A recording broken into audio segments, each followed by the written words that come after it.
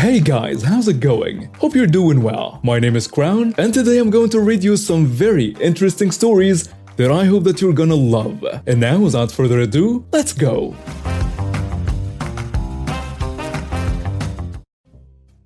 Muscular dystrophy is a medical condition I've had or started to actually suffer from its symptoms at the age of 6. As many may know, it's a progressive condition and it gets worse with age.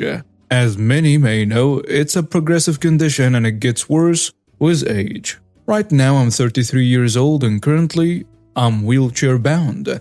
I made my peace with what I have a long time ago and stopped really feeling bad about myself. At one point I chose to focus on the positive things in my life and the blessings that I have instead of pointing a spotlight on my misfortune. I have a warm, loving family that kept supporting me during the darkest days of my life. Especially my younger sister. She has been my rock throughout all of our lives. When I was medically diagnosed with this condition, I later knew that my mother sat my sister down, simplified things for her as much as possible, and asked her to take care of her sister and look out for her even though she was a younger sibling. So since we were young, she was always very protective of me. We grew up having a wonderful relationship between the both of us.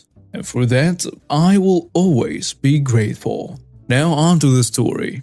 Around 7 months ago, my sister decided to swing by my place to invite me for dinner at a fancy restaurant her husband is taking her and her young boy to. I told her that they should go as a young family without me and have a good time. But she insisted that I come and that her husband and little boy would really love it if I tagged along.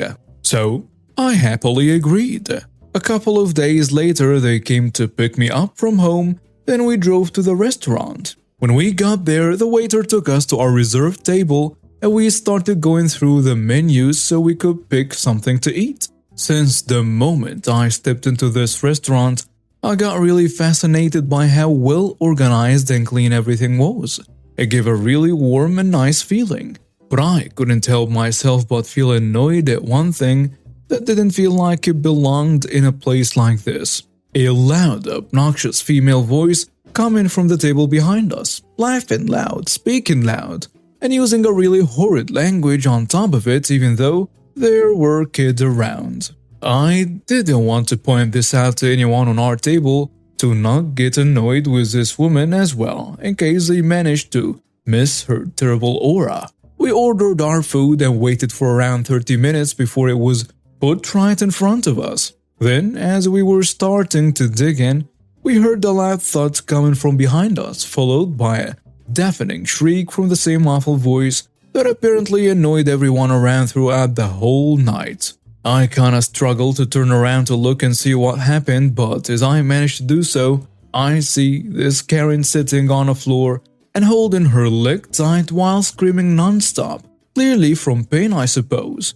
It turns out that she was leaving her table from the ladies' room and hit her leg hard against one of the tables on the way. Honestly, I didn't feel the worst when I heard this. I mean, she annoyed the hell out of me when I was supposed to spend some quality time with my sister and her young family. But I also don't think she deserved to be hurt like that just because she was loud and obnoxious. But soon after, she gave me a bigger reason why she deserves every bad thing that could happen to her. Her friends and some of the workers tried to help her up, but she claimed her leg wasn't feeling right when she tried to stand on it, and that she couldn't even get up to at least sit on one of the chairs.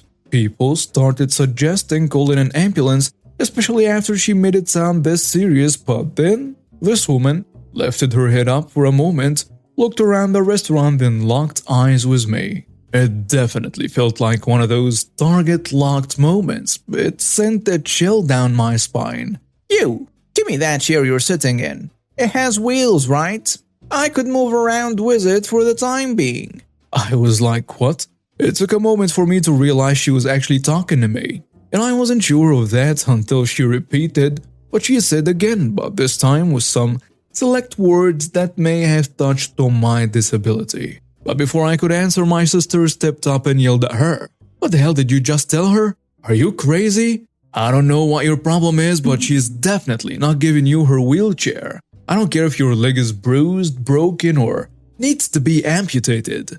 You're not getting a single thing out of us, especially with that entitled, condescending attitude of yours. Once that woman fully grasped what my sister had told her, she snapped. Instantly, she got up on her feet, her injured feet, and stormed towards us. At first, she tried reaching for my sister's hair, but when she realized she couldn't grab it because my sister was sitting at the far side of the table, she decided that I was an easier target and that I was practically right under her at this point. She grabbed me by the collar of my blouse and pulled me off my wheelchair with all of her strength. I landed on the floor in shock, and before anyone could stop her, she started dragging my wheelchair towards her table while screaming like a mad person at me, my sister, and her good-for-nothing boyfriend.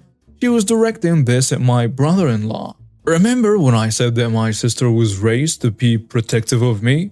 During high school, she felt the need to take a self-defense class to be able to defend me from whoever picked on me back then. And you could say that it definitely paid dividends. In less than a second, she was right in front of Karen, who surprisingly took a swift swing at her, but sis managed to dodge it somehow, pulled out her stun gun, and fried the living hell out of that whale of a woman. That was a moment everyone's brain really processed what just happened, and they started to separate us all from each other until the cops and EMTs arrived. It may have felt like an eternity, but the action part didn't really take more than 10 to 15 seconds. Cops arrived and tried to detain my sister at first, but her lawyer husband managed to calm them down and have them check the footage before taking any actions they would later regret. By this point, my sister, with the help of her husband and a waiter, had helped me to my wheelchair and took me to a far corner in a restaurant until things got sorted out.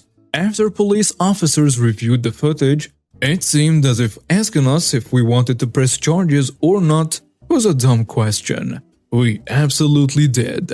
Karen was taken in an ambulance by the time the cops were wrapping things up with us, saying they would be reaching out to us in the next couple of days for further investigations. I hugged my sister when they left, trying to calm her down because it seemed like she was struggling to hold it together since clearly the adrenaline's effect was starting to fade out. Karen was charged. She was found guilty and was put in prison for 5 years. We didn't feel like pursuing a civil lawsuit as this is an experience we truly wanted to put behind our backs as soon as we could. Thank you for listening, and please be nicer to disabled people. We have a lot on our plate to start with, so please don't make it harder for us.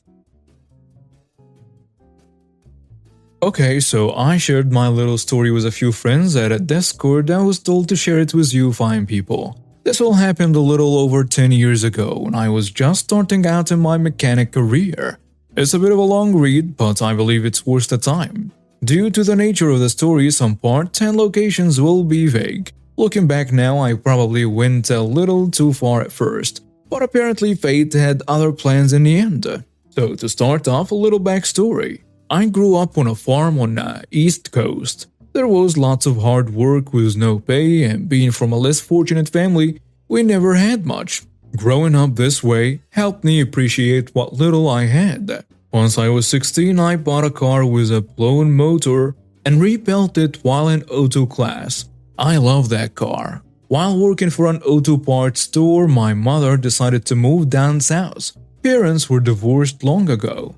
And since my stepmother was a total witch, druggie, ruined my father's business, a kind of witch, I decided to leave everything behind and move in with my mother a few states away, a few months after turning 18. I barely had enough to get there. Once there, I helped pay the bills with my auto parts store job. For Christmas that year, Mom couldn't get me anything. We were barely getting by. So I scrapped up enough to get myself a stereo for my car.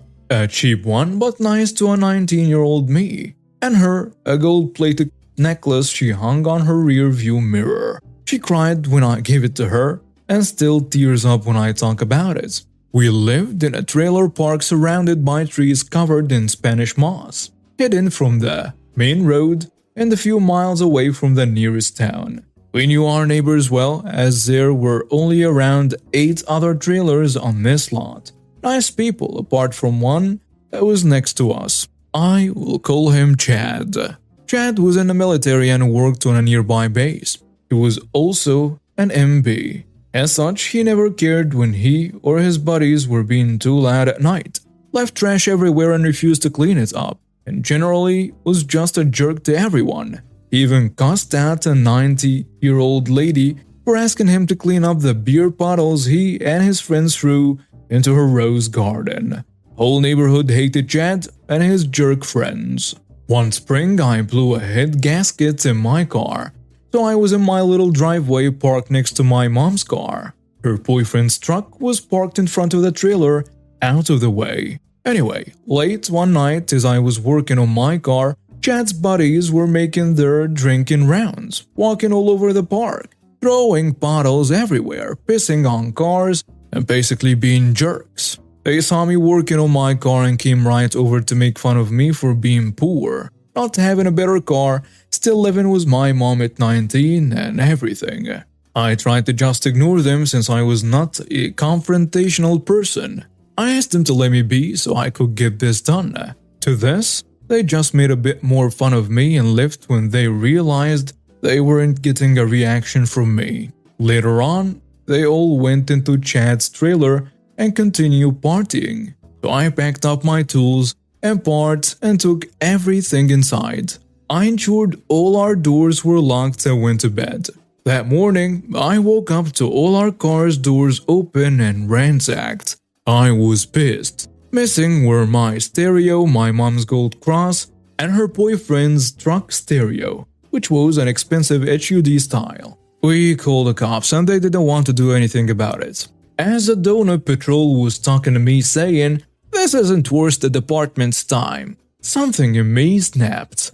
I politely said, "Okay, I get it. We'll be sure to keep a watch out for next time." And the cops left. I went inside and started thinking of how I was going to get even. No one will make my mom cry. So I went to Chad's door and asked him where our stuff was. He was hungover, and I woke him up at 7 a.m. He was not happy, but let it slip that he doesn't know where his friends took it. So I had him. I told him he had 24 hours and nothing will be done. He laughed it off and slammed the door in my face. It was on. Later that night came a huge storm, heavy rain, lots of thunder, and the works. So at 1 a.m. I dressed up in some old clothes and thermals, grabbed my tools and went out to his car. He had a nice new little Nissan and to me, it looked a little too nice. I got under it and took off everything I possibly could without being caught.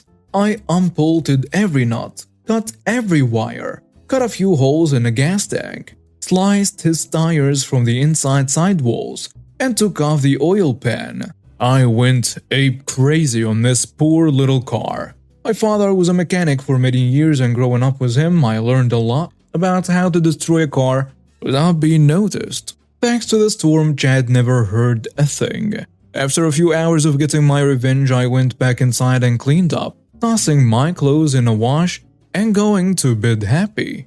I was able to cause him some pearl. But next morning, I woke up to the blissful sounds of him cursing and punching his car, which had no chance of ever working again. All those parts of his I threw into a small pond just over the fence near the edge of the lot. They will never be found. He was so mad that he broke all the glass and dented several body panels. The cops were called and they asked around.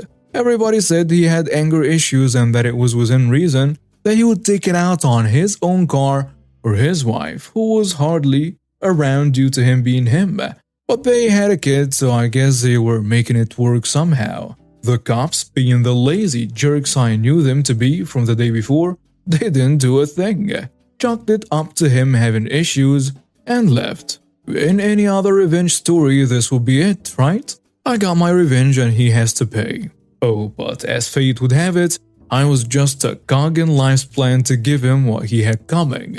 I never planned this part, but it makes me smile every time I think back. So since he didn't have a car anymore, he had it towed off. His wife, or at least I thought it was his wife, would come over to spend some time with him.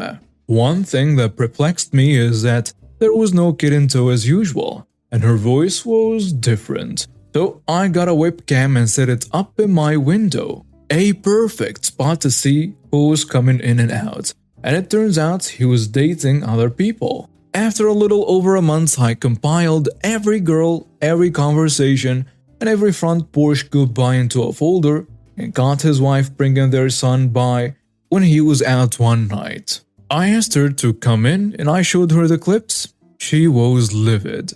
She was so pissed that she called her dad and ordered a U-Haul. I helped her gather anything she said was hers, including a 55-inch TV. It was 2009. Those were still very nice. The fridge and even the washer and dryer. She gave me $100 for my time, hugged me and thanked me over and over for letting her know just how much of a jerk he really is. And that's when I told her he had done me wrong too and explained what had happened to me and my family. She was slack-jawed and called her dad again. She told me that this wasn't over and she felt so bad for us having to deal with him.